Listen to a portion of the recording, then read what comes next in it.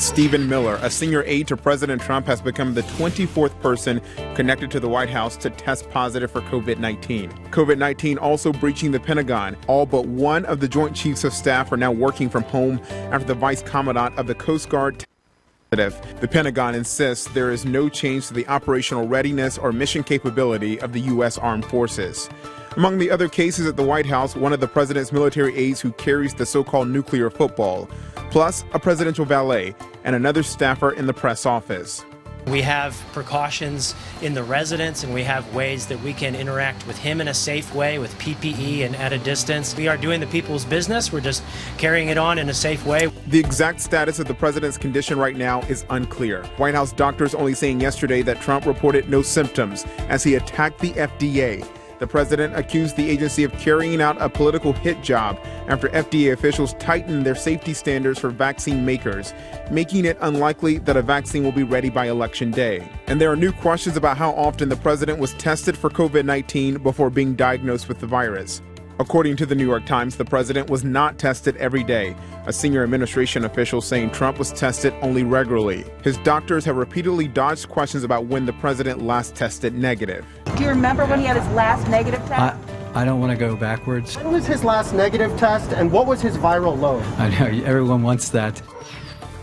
The New York Times reports former Attorney General Jeff Sessions ordered authorities to, quote, take away the children of parents suspected of crossing into the U.S. illegally. The New York Times published a preliminary report from an inspector general who investigated the administration's policy. The report says during a phone call back in May 2018, then Attorney General Jeff Sessions told federal prosecutors that, quote, we need to take away children. And he added, if immigrants care about kids, don't bring them in. We won't give amnesty to people with kids. The Inspector General's report also noted that Sessions repeatedly distanced himself from the policy in public, citing an interview from June 2018 when he told a Canadian news station that, quote, we never really intended to separate children. Now, the report also claims that Sessions and former Deputy Attorney General Rod Rosenstein pushed to separate parents from their children, even as infants. In a statement, Rosenstein insisted he never ordered anyone to prosecute a case. Now, according to the ACLU, about 5,000 families have been separated at the border. It is unclear how many of those families are still separated. The organization calls the Trump administration's policy, quote, child abuse.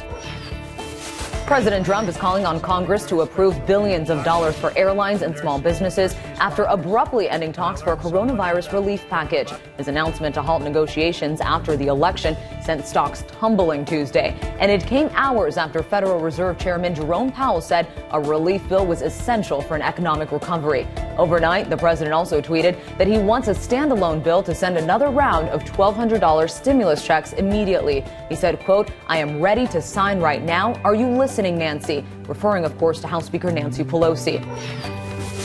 Facebook says it's cracking down on all pages and groups linked to QAnon conspiracy theory. The company says all accounts that represent QAnon, whether they promote violence or not, will be removed. Critics say the crackdown may be too little, too late. Chief Meteorologist Ginger Z and headed that back to the Gulf. Unbelievable to see this. The 10th potential landfalling hurricane storm of the season, which we've never done before in recorded history. Delta made landfall in Mexico, the Yucatan Peninsula, as a Category 2 storm. It's now shredding it a bit, but as soon as it gets over that speed bump of the land, it is going to go back into some of the warmest waters on planet Earth and easily recharge and head toward the Gulf Coast. So here's where I need you to look. Anywhere from Port Arthur and Beaumont to Cameron and Lake Charles, so hard hit by Laura earlier this season, all the way to, say, Morgan City. I think it's more that right side, just east of Lake Charles. Looks like this path would be a little bit farther east on the current track. New Orleans still needs to watch for that push of water. Certainly rain possibilities, but even coastal Mississippi. I don't want you to let your guard down now because there can be a lot of room for error 3 days out. So keep an eye on that track as we get closer. Friday will be landfall, and it looks like it's going to then shoot out. That's good news rainfall-wise because you get 6 to 12 inches. That falls, you have flash flooding, but it's not going to sit around and stick around like Sally did by any means. So we will see rain, we will see storm surge, and most of it should be out of the Gulf Coast by Saturday.